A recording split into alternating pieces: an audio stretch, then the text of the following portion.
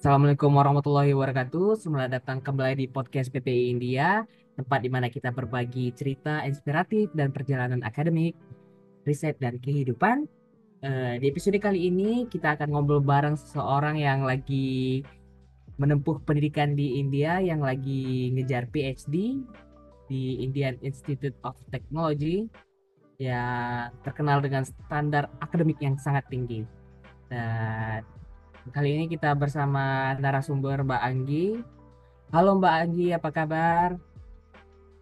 Halo Hasan, kabar baik nih. Gimana kabarmu? Sehat? Alhamdulillah sehat Kak. Kakak boleh kenalin dulu Kak, kakak siapa? Boleh, boleh. Halo semuanya, perkenalkan nama saya Anggi Eka Pratiwi. Saat ini saya sedang menempuh pendidikan PhD di Indian Institute of Technology, tepatnya di Jodhpur. Itu part of State Rajasthan ya. Jadi jurusan saya Computer Science dan Engineering. Itu sih perkenalan singkat dari saya. Boleh ceritain sedikit nggak Kak tentang latar belakang kakak, kenapa kakak melanjutkan PhD di IIT di India? Boleh banget. Jadi, kenapa saya ambil PhD di India? Itu ceritanya gini. Dulunya kan saya S2 juga di India tuh. Saya ambil beasiswa juga ICCR. Itu saya juga ambilnya kebetulan sama computer science, tapi lebih ke information technology. Nah, kenapa saya pilih India waktu itu? Karena menurut saya India itu salah satu negara yang software engineer-nya itu bagus. Dan nggak tahu kenapa ketika saya daftar pekerjaan setelah lulus S1 tuh di Indonesia, itu yang saya temuin CTO-nya, khususnya yang Chief of Technology perusahaan-perusahaan di Indonesia itu orang India. Nah, saya jadi penasaran nih, kok orang-orang Indonesia aja nggak bisa jadi CTO ya di perusahaan-perusahaan besar di Indonesia. Contohnya dulu saya daftar di fiber optik di Indonesia itu CTO-nya orang India. Terus saya daftar lagi kayak di developer host gitu juga sama CTO-nya kebanyakan dari India yang mewawancara saya saat itu. Dan jadi udah dua tiga perusahaan saya daftar, semuanya orang India. Nggak tahu kenapa kebetulan semuanya orang India. Jadi saya jadi penasaran nih, kok orang India sampai jauh-jauh kerja di Indonesia, ada apa? Dan mereka itu ketika interview saya tuh kelihatan banget yang mereka itu tahu banget tentang teknologi dan tahu banget bidang computer science atau persoftwarean itu seperti apa. Karena dengan in- eh, apa sih pertanyaan-pertanyaan yang mereka tanyakan ke saya itu tidak seperti perusahaan-perusahaan IT biasanya di Indonesia. Dia lebih mendetail, terus lebih ke algoritma, lebih yang benar-benar komputer science butuhkan. Nah, dari situ saya penasaran nih, seperti apa sih pendidikan di India sampai orangnya itu jauh larinya kemana-mana pekerjaannya. Nggak hanya di Indonesia, tapi kalau teman-teman semua tahu, di Silicon Valley di USA pun itu kebanyakan software engineer-nya atau yang bekerja di bidang IT itu orang India. Dan mungkin kalau teman-teman juga lihat yang tutor di YouTube-YouTube pun juga orang India kan kalau software-software gitu. Itu sih yang buat penasaran sehingga saya mencoba. Pada saat itu saya daftar tahun 2017 dan itu tuh beasiswa yang masih ini banget ya, apa namanya? Jarang banget negara India itu tempat untuk kayak scholarship hunter mau datang untuk belajar tuh. Tapi saya masih penasaran dan saya cari-cari. Ternyata memang bener ada loh di India itu beasiswa yaitu ICCR. Makanya saya daftar itu untuk pertama kalinya ke India. Dan kenapa lanjut PhD dan saya rasa ilmu saya yang saya dapatkan di master degree itu kurang gitu. Jadi di India kan kalau master cuma 2 tahun dan saya pingin untuk lanjut ke riset tentang persoftwarean dengan profesor-profesor di India. Jadi menurut saya kalau untuk belajar tentang software, algoritma, computer science, information technology, ya tepatnya di India sih. Itu sih Jadi San. jadi apa ya guys, jadi pendidikan India sangat berkualitas, banyak CPO dari India yang banyak di Indonesia dan banyak juga CEO dari India juga. Jadi ini menunjukkan kualitas pendidikan di India sangat berkualitas dan itu juga menjadi alasan Kak Anggia. Iya kan Kak? Iya benar sekali. Menarik sekali penjelasan kakak tadi. Pasti juga banyak penasaran juga nih kawan-kawan. Gimana sih kak perkuliahan di IIT? Apakah sama seperti di universitas lain atau ada yang berbeda kak? Nah, kebetulan gini nih, San. Kebetulan kan saya udah mencoba kuliah di dua kampus yang berbeda di India. Yang S2 saya kuliah di State Level University, itu di Gujarat Technological University, dan yang sekarang saya berkuliah di IIT. IIT, IIT itu kan national importantnya India dan merupakan kampus nasional yang semua orang India itu impi-impikan untuk masuk ke sana gitu. Untuk perbedaannya tuh sangat signifikan ya antara state level university dengan IIT gitu. Bedanya apa kalau di state level university itu standarnya bagus sama dengan kampus-kampus state level university lainnya, tapi profesornya yang jauh berbeda. Kalau profesornya di IIT itu dia itu sepertinya yang saya lihat itu sudah pilihan. Jadi eh, pilihan kayak dia itu benar-benar kompeten di bidangnya. Kalau saya di computer science, jadi profesor-profesornya kebanyakan itu dari lulusan luar negeri atau lulusan IIT lain gitu, yang di-hire untuk ngajar di IIT tersebut.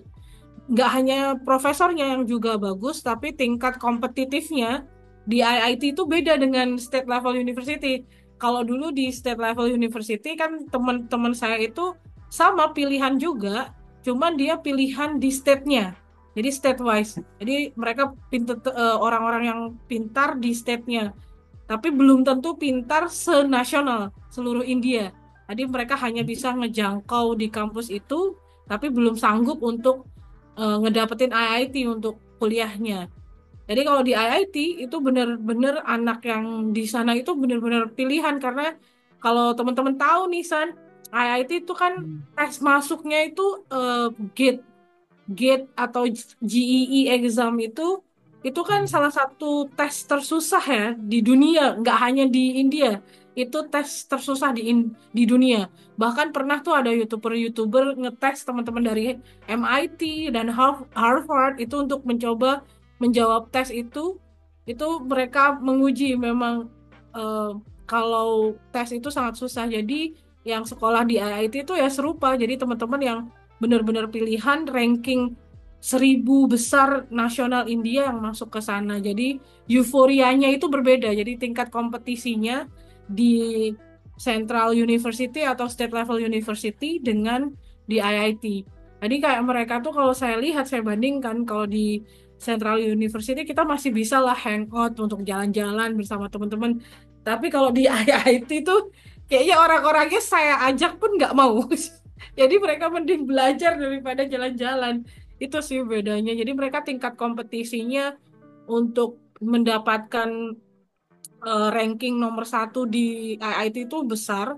Terus mereka juga punya cita-cita yang tinggi untuk mendapatkan pekerjaan yang bagus di India. Tapi kalau yang di state, mereka masih oke lah, nanti bisa cari kerjaan yang sesuai dengan standarnya. Begitu sih.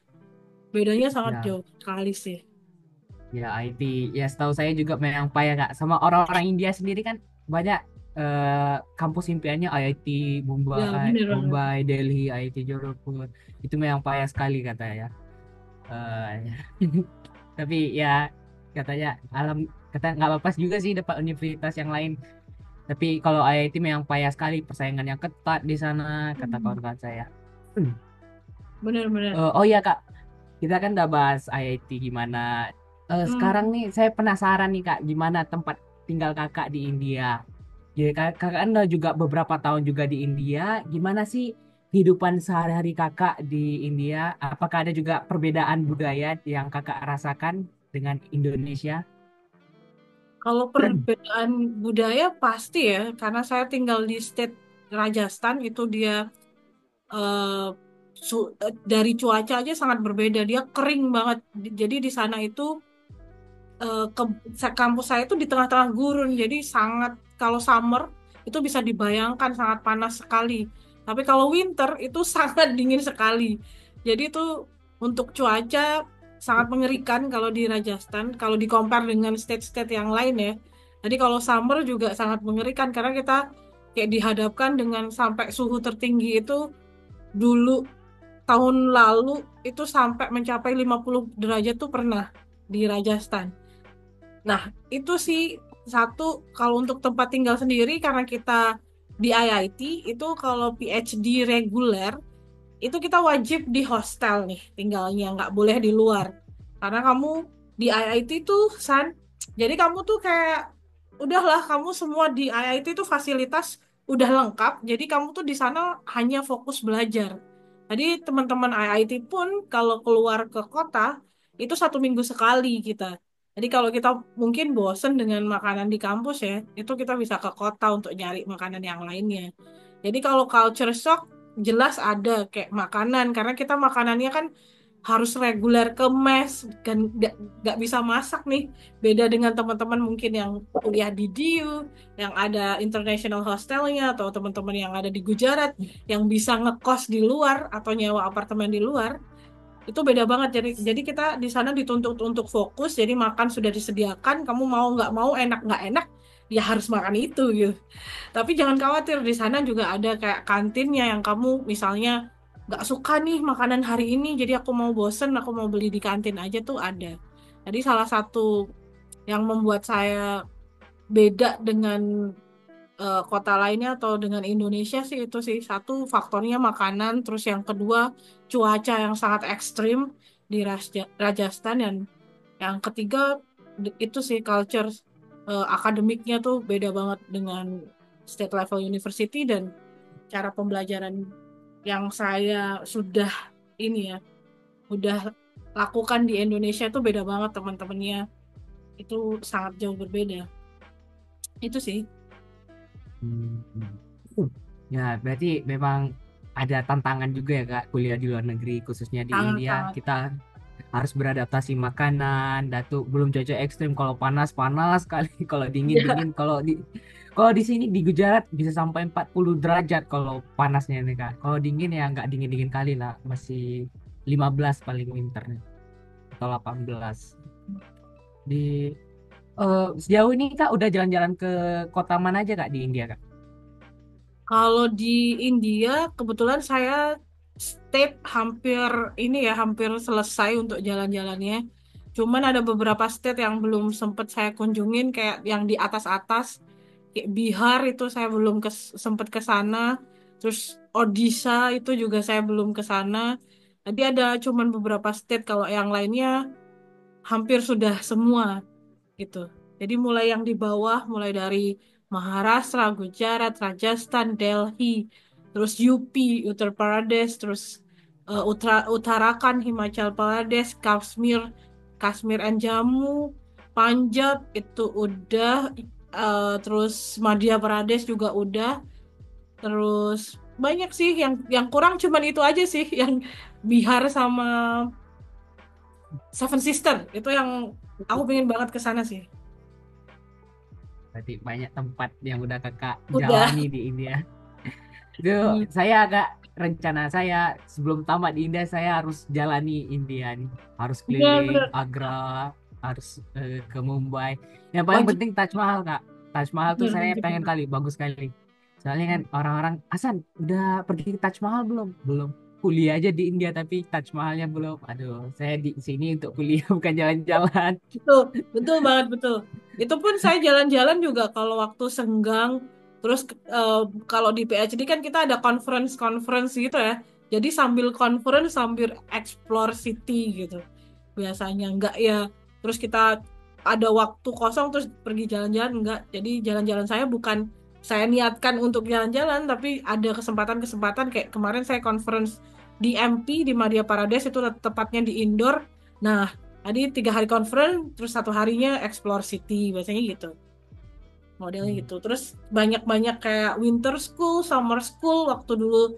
semester 1 semester 2 itu juga kebetulan free, dapat kayak kamu apply gitu free, terus kamu bisa pergi winter school ke IIT Madras. Dulu saya 1 bulan itu sambil jalan-jalan kota Madras. Terus saya dapat summer school di IIT Patna. Saya juga di Patna selama 1 minggu ya sambil jalan-jalan.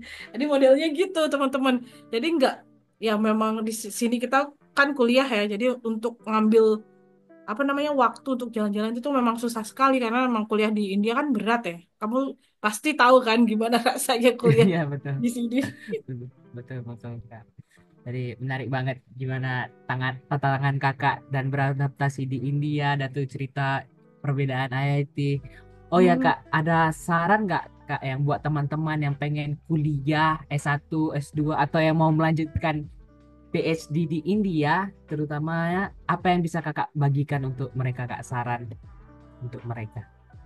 jadi buat teman-teman yang mau melanjutkan kuliah di India khususnya di bidang computer computer science and engineering atau eh, information technology dan se kayak STEM lah di bidang teknik gitu. Tadi di sini itu kalian harus benar-benar niatkan untuk belajar. Jadi kalau kamu kuliah STEM itu nggak bisa main-main kayak kita bisa jalan-jalan sesuka hati itu enggak. Satu, yang pertama karena education level kita di Indonesia dengan India sangat jauh berbeda. Kita di bidang STEM itu sangat membutuhkan basic basic subjek yaitu math, physics sama chemistry itu harus benar-benar kuat. Jadi kalau kita masih belum kuat di Indonesia, kita saatnya belajar di India gitu. Jadi jangan khawatir dan jangan putus asa kalau kalian memang benar-benar niat di belajar di India, kamu harus physically sama brainly itu harus ready gitu. Jadi semua tantangan harus kita yakin kita bisa menghadapinya. Jadi jangan takut. Terus yang kedua, jadi tidak hanya teman-teman menyiapkan fisik dan mental untuk belajar di India, itu hilangkan rasa kayak kayak teman-teman kan banyak tuh yang masih kayak ragu-ragu gitu San untuk belajar di India. Ah di India begini Hmm. banyak yang rasis atau apa. Enggak. Jangan khawatir, kita di sini sudah melaluinya kayak saya dan Hasan sudah beberapa tahun di sini. Itu semua aman gitu. Jadi kalau teman-teman datang ke suatu negara tujuannya adalah untuk pendidikan, jangan khawatir dengan isu-isu yang seperti itu. Karena teman-teman itu akan dilindungi oleh kampusnya. Karena teman-teman adalah student. Jadi jangan khawatir dengan isu-isu yang beredar di luaran itu nggak akan terjadi selama teman-teman berada di lingkungan perkuliahan gitu. Jadi itu sangat aman sekali di sini gitu. Terus yang ketiga, tadi persiapan udah, terus jadi hilangkan pikiran-pikiran negatif. Jadi saran saya teman-teman tetap apa ya namanya, kelebihannya tuh di India tuh banyak. Nggak hanya kalian dapat education yang sangat bagus, tapi kalian juga bisa explore culture yang mirip banget dengan Indonesia dan seperti kayak di India itu saya ibaratkan sama seperti kayak kalian kuliah di Eropa, pindah state kayak pindah negara gitu. Jadi misal saya nih di Rajasthan, belum tentu Rajasthan akan sama sama tempatnya Hasan di Gujarat. Jadi kita culture-nya beda dan tempat wisatanya pun sangat banyak di salah satu state itu. Jangan khawatir kayak bosan atau apa, nggak ada tempat apa namanya rekreasi atau nggak ada hiburannya di state itu, nggak usah khawatir. Jadi kayak di tempatnya Hasan sendiri tuh banyak yang bisa dikunjungin, bahkan kayak historical place, bahkan Mahatma Gandhi pun berasal dari tempatnya Hasan tuh di surat SMA-nya masih ada di situ. Dan terus di situ juga makanan pun beda. Jadi pindah state kayak sama saya bicarakan tadi pindah state adalah pindah negara kayak di Eropa. Kalau kalian kan pindah dari Jerman ke Italia kan sudah kayak berbeda sama halnya di India. Jadi India menurut saya salah satu tempat yang menarik untuk tidak hanya untuk sekolah tapi juga untuk belajar budaya dan mempersiapkan diri untuk kita jauh lebih ke depan karena di India juga punya profesor-profesor yang aktif untuk berinovasi di bidang teknologi khususnya di computer science sih. Itu sih sayang dari saya. Jadi tiga tadi ya guys. Pertama itu kita harus siapkan fisik dan otak kita dipersiapkan. Jadi kalau otak bisa, fisik nggak bisa, jadi percuma. Kalau otak bisa, fisik nggak kuat, ya nggak percuma juga. Jadi kita harus mempersiapkan fisik dan mental. Yang kedua juga hilangkan isu-isu kita apa misal ini Islamophobia India gini-gini enggak.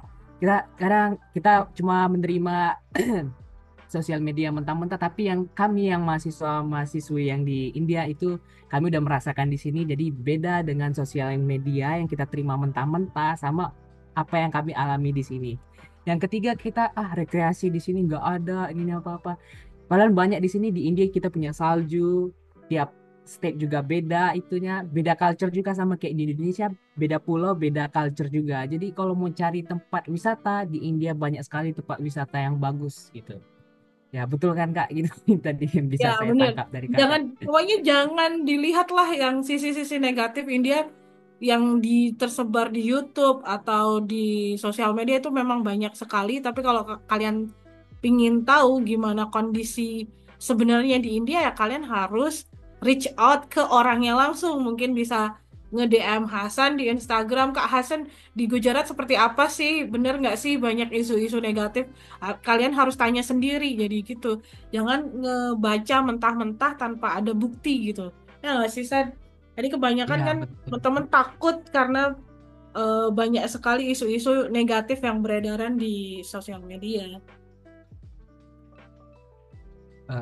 Oh ya, kita betul kata Kak Anggi tadi, jangan terima mentah-mentah sosial media. Itu yang paling penting, jangan terima mentah-mentah di sosial media. Jadi kita bisa tanya langsung sama mahasiswa-mahasiswa, bisa tanya juga langsung sama PPI India, bisa DM. Bang, gimana keadaan di India? Kakak admin gimana? Gitu. Aman. Jadi bisa tanya-tanya sama orangnya langsung yang berkuliah di sini. Oh iya, kita juga nggak terasa udah di ujung waktu, Kak. Ini Iya. satu pertanyaan terakhir, Kak. Dua kata untuk India. Dua kata untuk India, satu incredible dan yang kedua fantastic. Incredible and fantastic. Ya, India tuh incredible. Banyak sekali orang-orang hebat di sini dan juga wisatanya bagus-bagus ini. Fantastik lah kalau India nih. Pokoknya kamu nggak akan apa ya? Kamu nggak akan pernah ngebayangkan apa yang akan kamu eh, experience-kan di India kalau kamu belum datang langsung dan berinteraksi langsung dengan apa yang ada di India. Itu aja sih buat teman-teman penasaran. Jadi ya kalian harus datang dan coba sendiri apa yang ada di India ini gitu. Ya. Oke, udah selesai acara kita di hari ini. Terima kasih Kak Anggi telah meluangkan waktu di episode podcast ini, Kak. Terima kasih Kak Anggi. Ya, sama-sama Hasan. Terima kasih juga penonton yang telah mengklik video ini. Oke, kalau ada salah kata mohon maaf karena masih belajar, karena masih belajar juga cara bicara, teman-teman. Oke, terima kasih. See you. Assalamualaikum. Sama. Dadah.